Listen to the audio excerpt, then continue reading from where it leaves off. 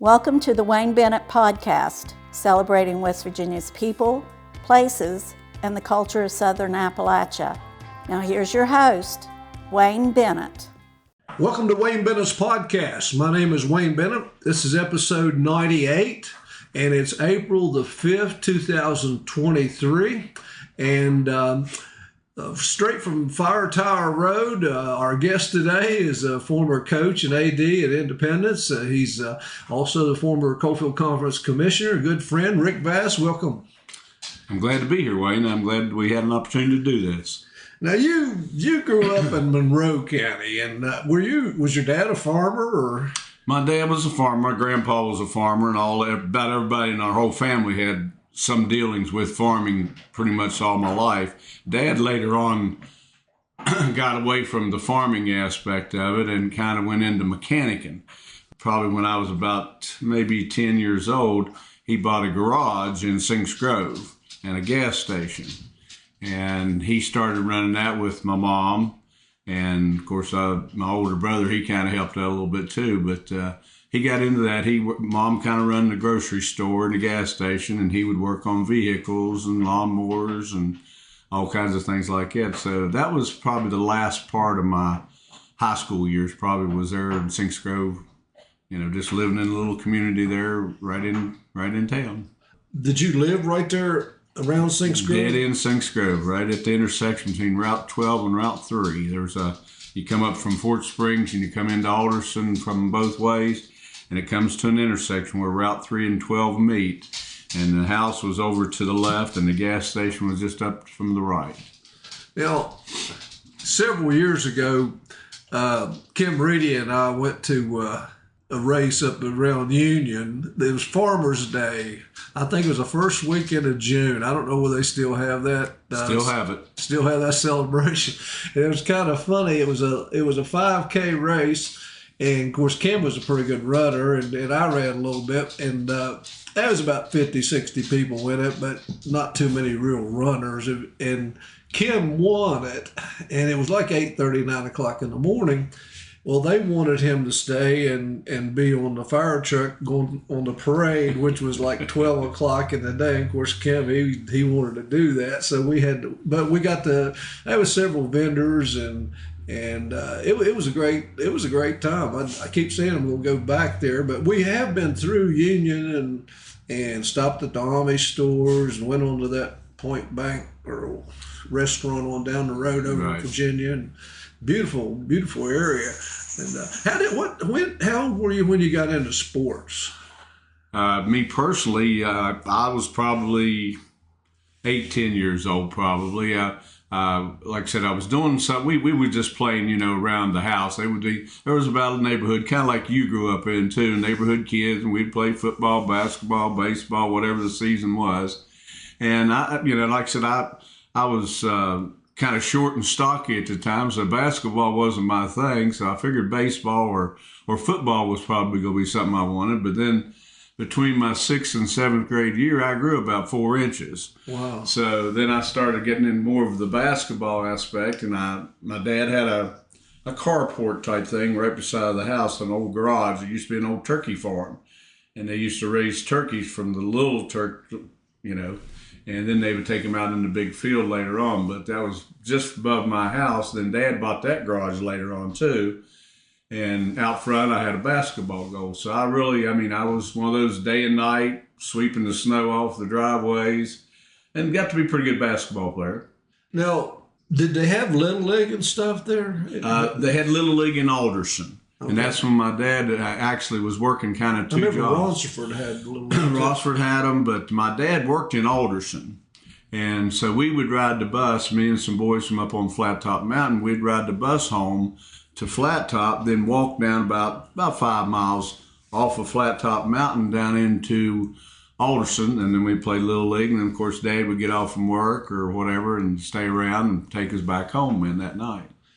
Now, you went to Union High School, which is not there anymore. The Union, was that a 9 through 12 school? It was 9 through 12 at the time I was there, yes. And you played football, basketball, and? Football, basketball, and baseball. Never had anything else. Never had cross country, wrestling, tennis. None of that stuff was around at that time. Well, I know Gary Ambler was a football coach up there. Gary Ambler was my football coach. I actually had 3 different football coaches in about 3-4 years. We had Gary Ambler. We had a guy named Gentry. He was one of the coaches, and Billy Wayne Wickline, which was a driver's ed teacher. He was at one time. Same thing in basketball. We had pretty much 3 different coaches in about 4 years I was playing there. They just, one would leave, come in, one would leave, one would come back in. Was Roddy Baber going?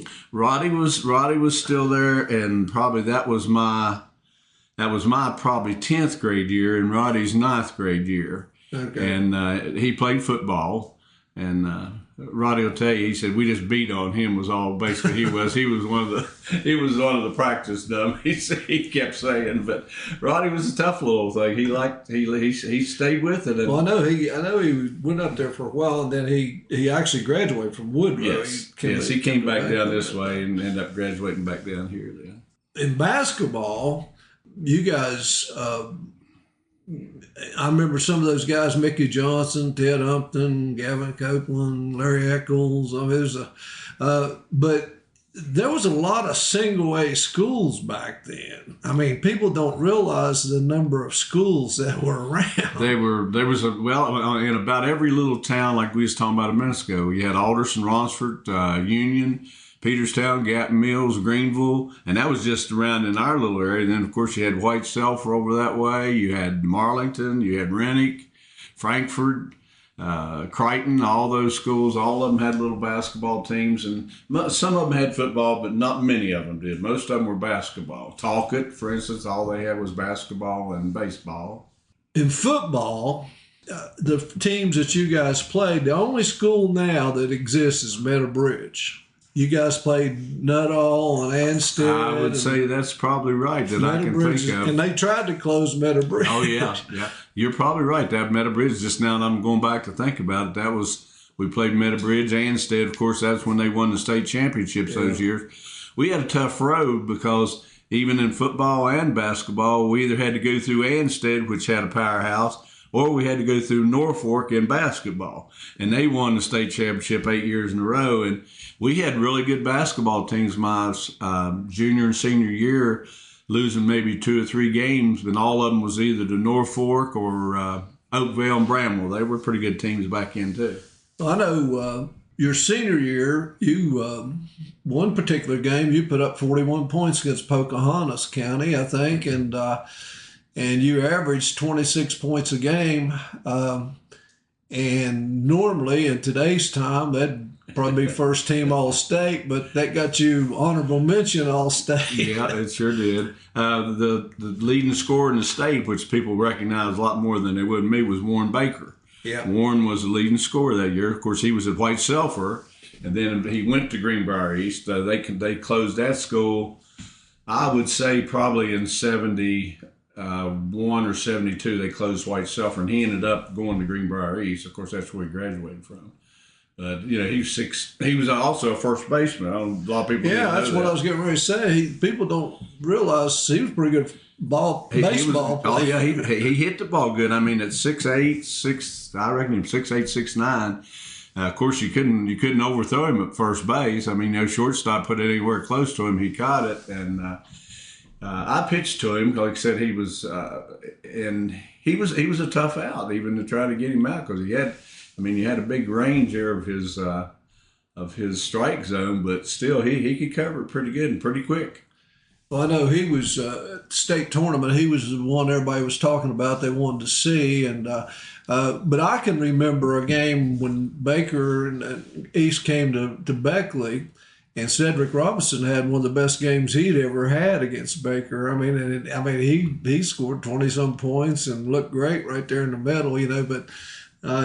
You can't do that every day, I don't think. But there was also in the state too. There was Danny Moses, was I think down in Williamson. Yeah. He was a pretty good ball player too, Division I. And what kind of you talk about baseball. You pitched no-hitter baseball too, didn't you? I pitched a couple no-hitters. I pitched 2 in high school and 1 in college. Did you? I pitched one against Salem when we were playing. No, it wasn't Salem, it was Concord. I pitched a no-hitter against Concord at our old field up at, of course, they got a beautiful complex at Glenville now with Mr. Ike coming in and putting a lot of money into the baseball and the softball fields and everything, and, of course, basketball too. But Ike Morse he is and still is the money person in Glenville. And we played down on the old football field. The football field and baseball field was basically the same thing, but Concord had, of course, you had the NAIA then. That's when everything was, pretty well compartmentalized with Concord, Glenville, Fairmont, Morris Harvey, those schools and like that. And everybody had pretty much basketball and baseball. What kind of music did y'all listen to over in the country when you was growing up? I remember listening to some country, but very little, because country music wasn't something that you'd think being in the country. I remember The Who. I remember ZZ Top, I think, was coming along pretty good maybe at that time. I'm not sure. What do you listen to now? Oh, I like country. That's all I have my radio set on, pretty much country now. That's the way I am. I like classic country. I do too. I don't like the new country too much, but every once in a while I'll see something. Now, after high school, you went to Glenville State. How come Glenville State? Well, more than anything else, everybody in Union and Peterstown was going to Concord.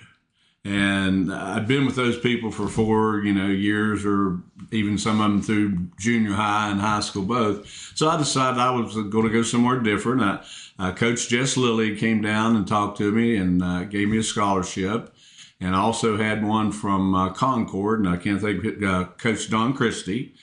And then that was when Beckley College still had the program, and the Coach Cook was still the coach at that time too. So that was my 3 offers, and again, a lot of the people that was in that area were going to Concord. So I decided I wanted to get away from home, get away from everybody for a little while. So I went to Glenville. And you played basketball and baseball? I played basketball for 1 year until I hurt my knee. I played 1 year football, believe it or not. I was up there my first year, and I got up early to check in and get everything lined up and stuff like that, and get in my room. I had an apartment up there, and Bill Hanlon was a coach at the time. He was a football coach, and he kind of was going through the lunchroom, and he looked over. I was a pretty good sized boy at the time too. I was, 6'3", probably about 240 or something like that, coming out of high school. And he asked me, he said, "Are you one of my football recruits?" Because most of them were already there. And I said, "No, sir." I said, he said, "Boy, I tell you what, we need some bodies." He said, "Just warm bodies, get out on that field." And I said, "Well," he said, "What did you play?" I said, "Well, I played offensive end and defensive end, and I kicked a little bit, kicked off." He said, "Well, we could really use somebody." So I actually played for 1 year of football, and I played tight end, and I got hurt again on that. I hurt my knee again, so I was pretty well done. We were playing down at West Virginia Tech up on the mountain up there, and the first string tight end got hurt the first couple plays of the game. Second string tight end got hurt, and it'll make the next 2 or 3 plays. So I had to go in and play tight end, which didn't know much about it at all. Got a pass on the sideline, turned, knee blew out again. So that was the second time. So I was pretty well done with football at that time. They lost 3 tight ends. Three tight ends in one game. Now, what'd you get a degree in from Glenville? What they called them was a comprehensive field with driver's ed, health, safety, first aid, etc. And then, like I said, I started off, of course, teaching physical education at Daniels Elementary. That was my first years. Then I left there and came to the Y with you and everybody, and stayed there till 84, excuse me. That's when I left there, I think. So you left a couple years after I left. Yes, yeah, just a little bit after you had. Chuck had already gone too. Chuck Littlejohn already left. What people didn't realize, when we were at the old Y, and of course we relied on programs primarily, because we didn't have the nicest facility in the world. And then we got the new facility down there, which gave us a lot more things to sell. But what people didn't realize is we were open 7 days a week then, at night till 10 o'clock at night. And it for the employees, plus we had a little bit of a mortgage over our head.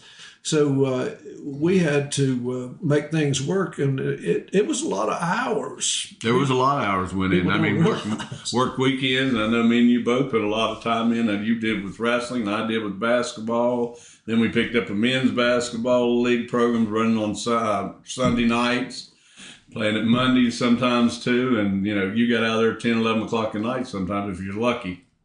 Yeah.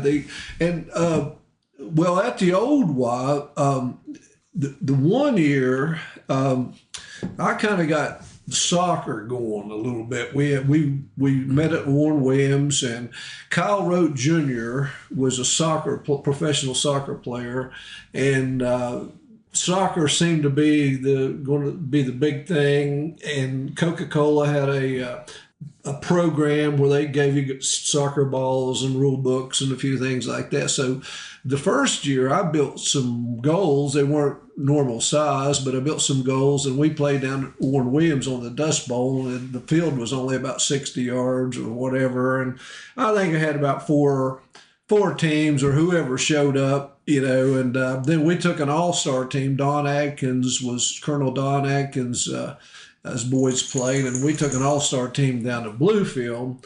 And Bluefield had a pretty good soccer program at that time because the Bluefield State students that came in from the other countries, they were getting it going. And but it was at that time I knew I couldn't run it. I didn't know anything about soccer, but I knew I had too many other things. I had races and wrestling and weightlifting and all this stuff. Yeah. And so I think Bob took it bowling and then went to Sophia. They got a field to play over there. And then you come in there somewhere. I came in about the same time because I had a couple guys, Jorn Ott, which had passed away years ago, and Eric Eliason. They were two of them. Had kids in the program that were 6, 7 years old, and we didn't go to Sophia for quite a while. We started off down in New River Park and PAX. That's right. That was the two places I started. Right. And Bob had basically just said, "Here, this is yours. You take it and run with it." And PAX had a couple teams. Mount Hope then started having a couple teams. So we had our own little league. We'd played PAX one time. We'd play at Mount Hope. Then we'd come down and play at New River Park. Then we got things moving up a little bit more. We went down to Sophia and played down at the old football field behind Sophia High School. And, of course, it did. Like you said, it grew. I mean, we had 50 kids maybe the first year or so, and then went to 500 kids within 2 or 3 years, and then it just kept going and going and going. So when I left, probably we had just started the fields on Dry Hill Road. I'd had, I can't remember his name now, but he helped a lot. His boys were playing. Chris Klein, maybe? No, it wasn't Chris Klein. It was, he had a lot of equipment. Gary Thompson. Okay. Gary Thompson had a business up in that area somewhere, so he had the bulldozers and stuff. Yeah. And he came down and leveled everything and got everything going. And so we had 3 pretty good fields there for quite a while. And then I left in '84, got back into teaching again down at Trap Hill. So, and like I said, but soccer had really started off by that time. There was 1,400 kids just in the Beckley area that was playing then. Yeah, it was busy. My youngest son was playing in the league at that time. I can remember, and of course now you know what it's going through now. Well, during that time while you were at the Y and stuff, you were when you had time, you were playing softball, and I remember one of the good teams was Skyland Construction. That was a pretty good ball club. Yeah. And then I had played for Tabor's Market, played for Dale Tabor. Wilkes had a real good team at the time. Me and Butch Smith and Johnny Scott and some of us was on that team. And then we actually started, the Skyland thing was Dr. Anderson. Yeah. He lived out at Flat Top, and he wanted to get a team together. So that was our first kind of big travel team. And again, that was pretty much the same one. Tommy Gilkerson was from over at Oak Hill area, and me and Butch Smith, Johnny Scott, a couple other guys, like I said, were pretty good hitters, and we ended up traveling around for a couple years with that. Then we got in with Dale Tabor and started doing the same thing, but on a little bit bigger level with Dale. Yeah, people don't realize how big softball was back then. Very big. Mean, we had. I ran the leagues there a couple years. The last year we were in Beckley, and then down at New Fitzpatrick, and when I ran the league at Fitzpatrick, we played every night. We cut off at like 36 teams in the open, 16 church teams, women's teams, industrial team on Sundays, plus a tournament every weekend. And it was, I mean, if you want to play ball, you could play anywhere. Oh, yeah. And some of the guys played 2 or 3 leagues, you know. And I don't know when you quit. I think I quit before you did. I'm sure I did. But it got to a point, I was playing with Superior Furniture, which is a pretty good ball club. A bunch of guys loved the game. But we had played in Oak Hill League. We played in the Beckley League. We played every weekend. And I think that one year I played almost 170 ball games. And it was a little, I don't know how I stayed married. Of course, Bobby Sanger and a couple of them said they didn't. Yeah, well, I didn't either. I didn't make it through the first one either after all those softballs. Like you said, you was somewhere every weekend. You was at Parkersburg. You was at Charleston. You was, somewhere different about every weekend. It was kind of tough on the marriage life. It was not just a few of us that lost it, but I lost that. I lost the first wife too because of it. When I quit, I was playing with Randy Snuffer and Universal and them on Sunday nights. They just played on Sunday nights, didn't play no tournaments or anything like that. It was an industrial league, and they could pick up 2 players that didn't work at the place. And we played 1 year, had a great time, and I was looking forward to the next year. And he said, we're not going to play. We decided to fish and stuff. And so that ended my career then, I guess. I don't know when you quit, but I played quite a few more years probably after that because, like I said, I was the same thing. I hurt my knee again. That was the 3rd time. I had to have scope on it again somewhere. It was after I left the Y, and I probably played with Roddy and those guys when they had the team out of Mabscott. I can't remember his name now. He had the Miller Distributing, Bill something. Anyway. Jim something. Jim, yeah. That's what it was. And anyway, I played with them for a few more years, and then I kind of hung it up too. Just couldn't do it with my knee. You mentioned working at Trap Hill. I remember when you were working at Trap Hill, and there was an article came in the paper about the Hawk and Dove nightclub. They were closing it down and taking their license, and they kept saying the owner, Rick Vass, and it was all over the paper. And then the next day, a print came back out, and the guy's name was Roy Vass. Roy Vass, yeah. I kept getting. This is not the Rick Vass from down at Track. Yeah, I got a lot of that from that time period. It was Roy that actually had it. It was up on Harper Road. It had the Hawk and Dove. And I can't remember his wife's name right off the top of my head. It seemed like her name might have been Kay, Roy Kay. But that was them, yes. But it did come out, and I had a lot of calls from that one, too.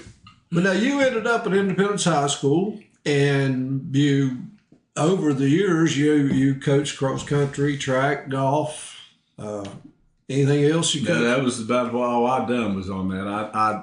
I helped some with the basketball a little bit when Chad was there, just on the floor and just helping him a little bit. And there was an assistant coach or anything like that. I was more heading toward the athletic director, trying to keep things going in the right direction. And when Tom Poe retired, I took over the AD. So, like I said, I had my hands in a little bit of everything as far as all the sports and stuff like that. So, basically, all I had that time was golf. Yeah. And so, it didn't interfere too much with anything I was doing with other.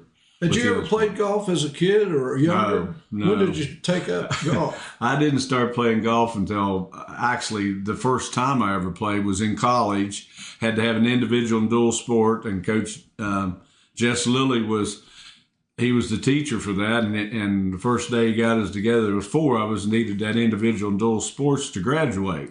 Somehow we needed 1 credit, and there was about 4 of us. So he said, fellas, he said, I'll make this pretty easy. He said, you meet me at 8 o'clock out at the golf course out at Glenville. And he said, we're going to play golf. So that was what we did for about 4 weeks or so. And that I didn't have a set of clubs and nothing. They had an old set there that they had at the clubhouse, and I think it was 4 of us. And none of us ever played golf before either, so that's the first time I ever picked it, and never played anymore for quite a while. That was just my introduction to playing golf. But I did play later on. And you've played in a lot of invitationals around, and played in some of the state-sponsored tournaments, and done quite well. I mean, I know some of the bigger tournaments, competitive tournaments like the BNI and those tournaments. And of course, we got to mention the Gibo. You played in that, won that age group several times. But it used to be that what tournaments they had was everything was more competitive golf. We had Raleigh Custom Golf, and we had different sponsors like T&J and Beckley Newspapers. But then now it seems like you still have couple competitive tournaments, but now it's more like team fundraising tournaments, A lot of it is now. I reckon the biggest one now is not, it's the one that was the BNI at one time. Neil and those guys. They took it over, and it's still competitive. There's still some good players, but those guys like myself that are in their 60s and stuff can't compete with those kids that's just now coming out of high school. I mean, they have no backs, and they can swing. And I mean, you got high school kids shooting in the low 70s, even the high 60s, coming straight out of high school, and they play in those tournaments. And just over the years, I know that the Reese boy won, and then you had the boy from Shady that's won. So it's more of a very competitive with those age groups more than anything else, with the 18 to 24. And some of us older guys still just go out and have fun, get in our group of 4 and have a good day with it, Well, golf has been kind of a hot and cold type sport anyway. I remember it hadn't been that long ago that they thought that building golf courses, one of the biggest businesses you could get into, and now they're closing left and right, everywhere. I mean, go to Myrtle Beach, and some of the places used to be golf courses are now housing developments, and it just kind of like tennis. It kind of goes up and down locally. And of course, this week is the week of the Masters. Have you ever been to the Masters? Never been there. No, never. My brother had been to the U.S. Open several times, and he never got to go to the Masters. You had to win a lottery. Yeah, you basically had to either know somebody or win the lottery. I mean, you had to know somebody that was way up the ladder somewhere. My brother-in-law, James' brother, he has been a couple times, but he had worked in Atlanta, and some of the higher Anarchy had some tickets, and he's got to go about 2 or 3 times. But it seems like people that don't even play a lot of golf seem to get interested the week of the Masters. Yeah. It's such a beautiful course, and the way they handle it on TV. And while you're doing all this stuff, you done carpenter work, remodeling. Where'd you learn to do that? Just over the years, when I got out of high school or got out of college, I started living down on City Avenue with, he's not around anymore, Bob Daniels Carpet, Bob. And he had an old apartment building, and there was an old guy named Sleepy Snuffer was his main carpenter. And there was 2 or 3 of us guys that Bob had worked for different things and put us in doing little jobs and this and that and the other. So I started learning from him more than anything else. He remodeled that whole upstairs of that old carpet place. We put in apartments and cleaned and cut, and I learned a lot from him. And then and every summer I'd pick up little things, by just doing jobs on my own and working with other people that were avid carpenters that were actually good. So I learned a lot of that from him and started picking it up. My main thing, I like doing decks. I like being outside in the summertime doing that. And, it's something you can get done in a week or so, and you're out of there, and you don't have to worry about being there for a month or 2. So yeah, I like doing the decks outside. Well, tell me a little bit about your family now. What wife, and grandkids? Yeah, well, like I said, my mom and dad passed away. Both of them were gone. So we sold the property over in Monroe County back probably 7 years ago, Mom, when she passed away. But My brother still lives in Rossford. My sister lives in Rennick. I'm the baby. My brother's 76. My sister's 74. And so I was the baby of the whole thing. So anyway, they still live over that way. And I go over to see them all the time and take care of my brother some. He's having some heart problems right now. So I'm actually heading to Charleston tomorrow to take him down to do some tests and stuff. But got 2 wonderful grandbabies now. One's 8 and one's 4. And they keep you moving because they're just now getting into sports themselves. The little one's just now starting to play t-ball, which is a trip. The other one just now started with the pitch, which actually the player's pitching. He played his first game the other night at the Little League, and he's going to be a pretty good little baseball player. His dad was a good baseball player, Matt Densher. Matt and them went to the state tournament at when it was still the old Watt Powell Park at the time when they were still there. But my wife, she retired 2 years before I did because she was going to take care of the boys, and that's what she's done. She's super grandma right now, and she's with them right now. She goes over every morning. Matt and Megan take off work. She got the boys, takes them to school. The little one's in school down at Crab Orchard down at the church. And then the older one, Braden, he goes to Shady Elementary. And I pick him up. That's my job at 2 o'clock. I'm out there and I pick him up and take him to either our house or their house, depending on which way he's going. He's either got jiu-jitsu or baseball, or he was playing basketball back when it was colder too. So, but I enjoy them. For sure. Now, in 2011, you were the golf coach of the year in the state. Secondary schools had honored you there, and you're still playing golf. I know whenever you get a chance. But you also, probably in the 90s, you took over as Coalfield Conference Commissioner. That was in 93, actually, when I took over. It was kind of at that point, it was going downhill. The Coalfield, nobody wanted to do it. Nobody wanted to take the reins on it. And at that time, it was traveling from school to school. In other words, Wayne Bennett at Woodrow would have it this year, then it would come to Rick Vass at Independence, then it would go to somebody at Liberty alphabetically. And things got kind of out of function the way I kind of figured it, because nobody knew what was going on from half the time. Because like I said, when you keep something for just a year, you really can't keep a handle on what's going on. So I seen it was going to do that, and I got the coaches pretty much all together. Got a little committee with football, basketball, and baseball, and the whole thing. And we decided to come up with a commissioner, which was going to be me, and Ed Gilson was going to help me. Of course, we were both at Independence at the time, and so actually I took it over in 93. Then I started my first banquet in 94 down at Cattleman's Steakhouse, down where the old Hunting Rock was. That was me and Fred Persinger.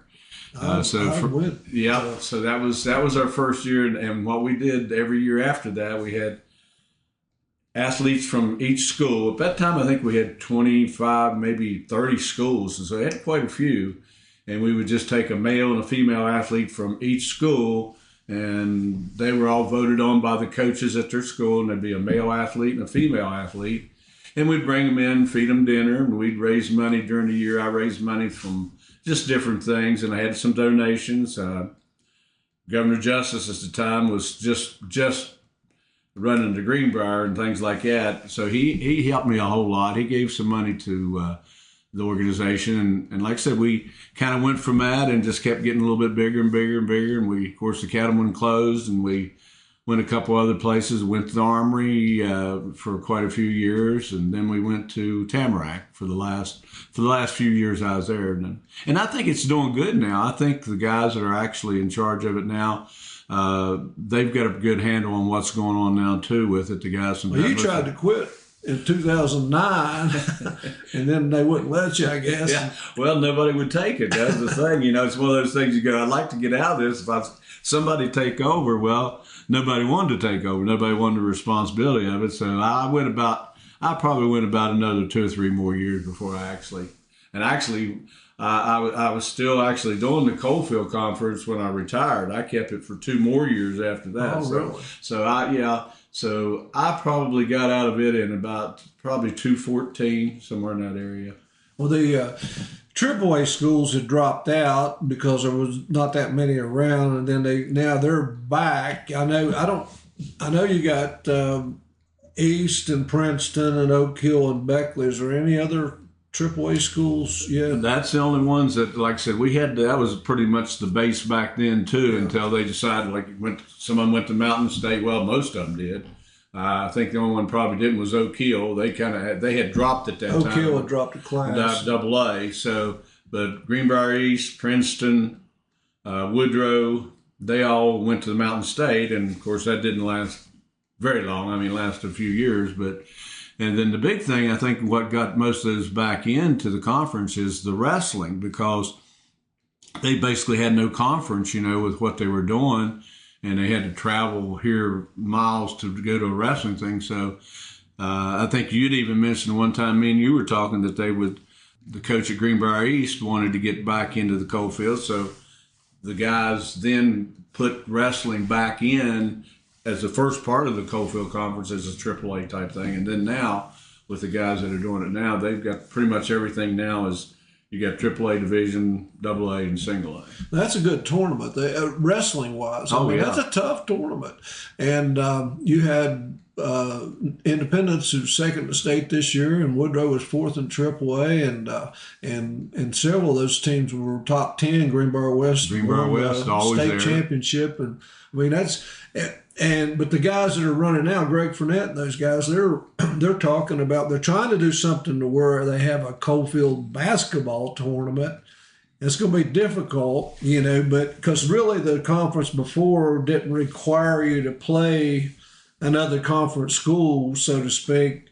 And I don't know whether it'll ever happen in football. Nobody wants to play Bluefield too much. Nobody ever did. That year was the in problem. and year out. So I don't know, but they are trying to change some things. And just yesterday, the State Board of Control passed 4 classifications for certain sports, and it's got to be approved by the Board of Education. I don't know how that's going to affect the conferences.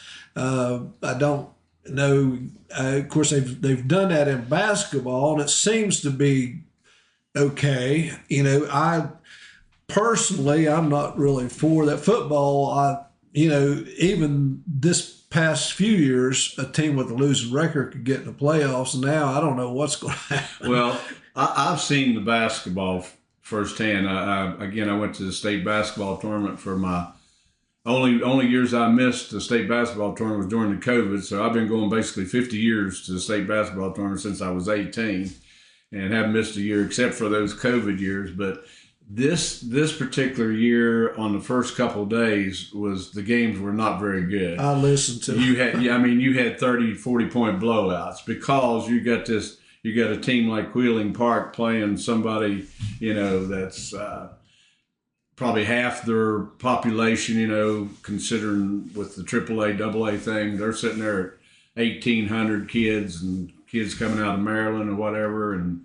Martinsburg, those areas, and then you're playing somebody, a small 4A school, and there was a lot of discrepancy there as far as games. The first 2 days, now the last part of the tournament was good because you done narrowed that down to the better teams, in the AA, AAA, and of course the last, like I said, the Saturday was great.